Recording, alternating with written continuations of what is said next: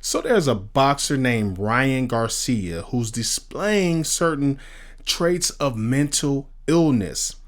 Is he really mentally ill, or is he out here trolling? Let's talk about it.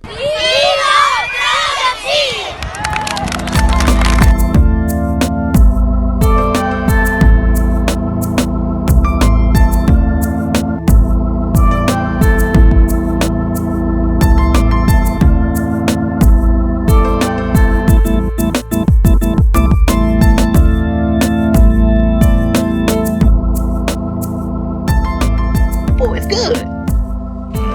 Good and terrible. I love Brotha T. How you doing? This is Terrion Wilson, aka yo boy Brotha T, here with another one. So I'd like to thank you and welcome to the New Life Tree, where we like to give you little pine cones of wisdom for your motivation and mental health. Remember, I don't know everything, but I might know a lot of things. That's the dumbest thing I've ever heard in my life. So who is Ryan Garcia? Ryan Garcia is a young boxer. He was on the come up for a long time, right? Even though he's young still, but he was pretty good, and lately he's been displaying signs of possible mental health issues. Is it coming from him getting punched in the head, or did he have them in the first place? We don't know, but it doesn't matter. We need to take mental health seriously. Even if you think somebody's trolling, or if they're capping, or if they're acting like they're mentally ill, I need you to take it seriously. Now, I'm not telling you to jump out the window with them, or I'm not telling you to totally, screw yourself trying to help somebody else that has mental illness, but I want you to actually take it seriously, because it might be a situation where they're really going through some things, and they might need you in some capacity to get through that and get to the other end, the other side, to get over that hump. What has he been doing? He's been talking kind of different lately. So, he had this situation with Andrew Tate. Yo, Andrew. Hey, bro. All right, talk to us. Bro, I don't give a... Bro, they held me down and they made me watch little kids get raped. I don't give a anymore. Where? Bro, they took me to the woods, bro, and I'm not joking, bro. I have proof, bro. I don't give a... They can't touch me. I'm a god. Well, that's the first point of contention, because I care about you a lot, and I can assure you from my own personal experience that they can touch you, which is the worst part no, about they it. can't, bro. All right. Once again, was he trolling? Was he telling the truth? Was he capping?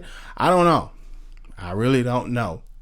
But he's been going around doing other things, talking like that, around other people as well.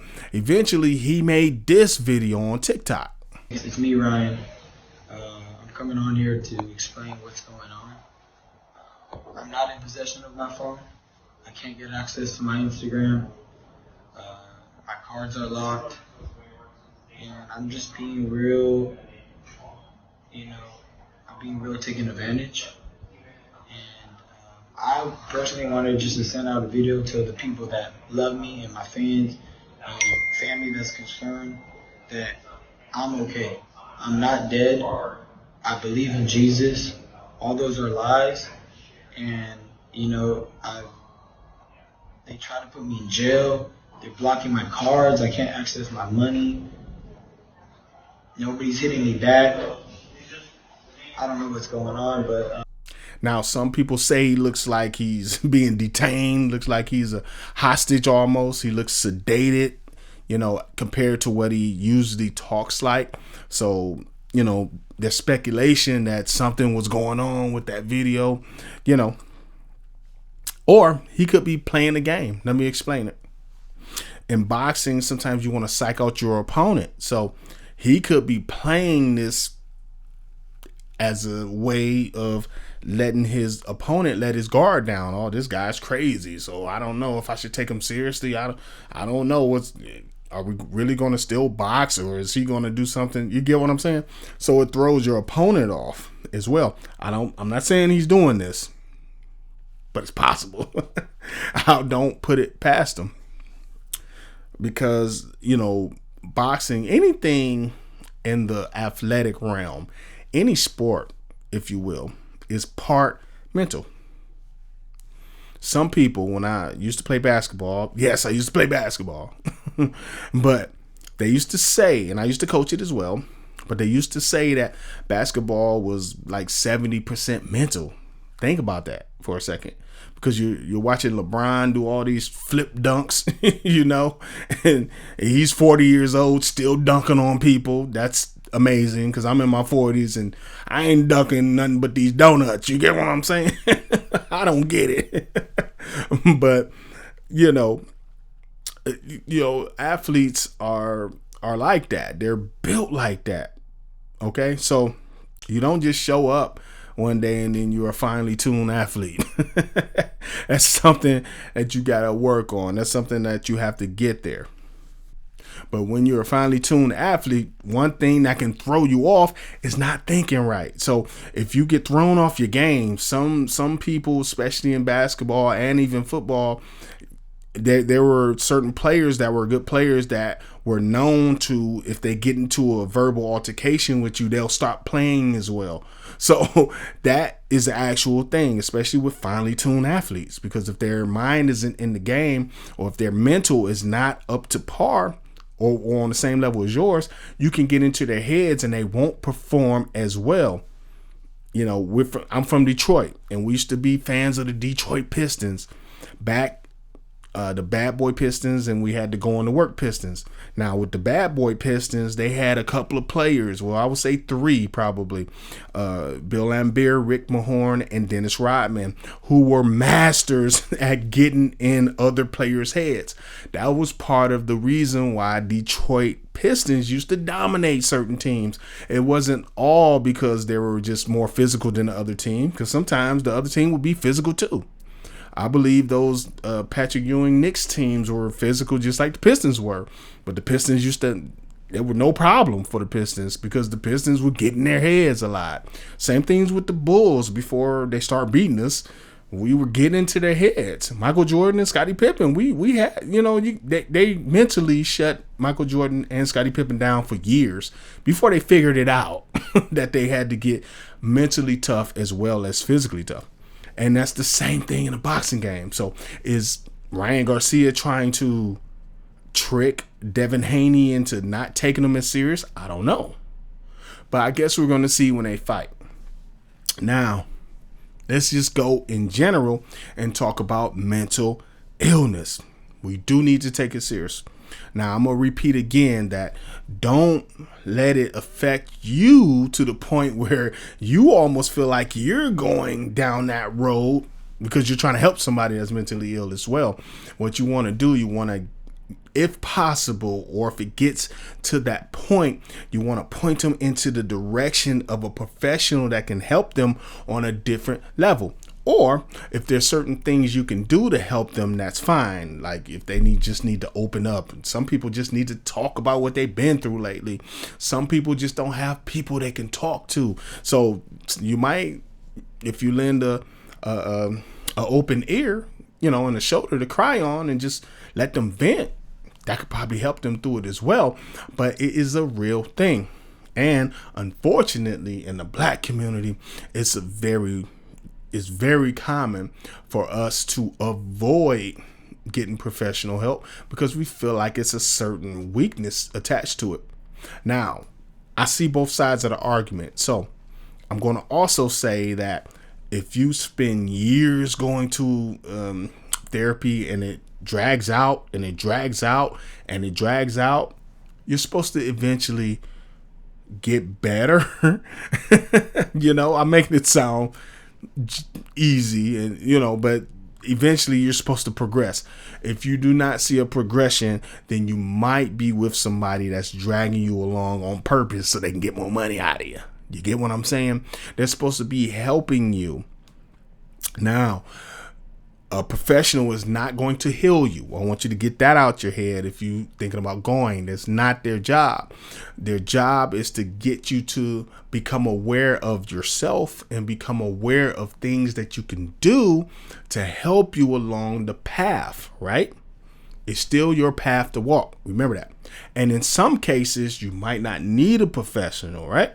This is where I differ from some of the people, because they say it's either or with them. But I'm like both. Sometimes you just have to get away from certain people. Sometimes you just got to get into the midst of the right people. And that helps you mentally, even. Especially with men. Sometimes you want to get to the gym. You'll be surprised if you don't go to the gym. Yes, I go to the gym. Don't tease me. I know I'm not skinny, but at the same time, I know y'all see some kind of muscleage going on. I know you see a little something. Stop playing with me. Stop playing with me. I'm just thick, but I got muscles. I got muscles there all over the place. All right? I'm just kidding. But with men, the gym does a lot of positive things mentally. If you're sitting back and you feel like you're depressed and you don't have anything going on in life, and you feel like people are against you and everybody's coming at you and nobody likes you and it's hard to get a girlfriend and all this stuff, go to the gym. Now, I'm not going to tell you that you go to the gym a couple times and then your life is going to be all the way 100% on track. That's not what I'm saying. But what I'm saying is, it gets you into a different way of thinking. Once you start going to the gym, you start feeling better about yourself. It's not about how people see you. It's about how you see yourself. So when you see these, or when you feel these changes, you start going to the gym, you start feeling better, and you start feeling like you look better. It's kind of like a placebo effect, right?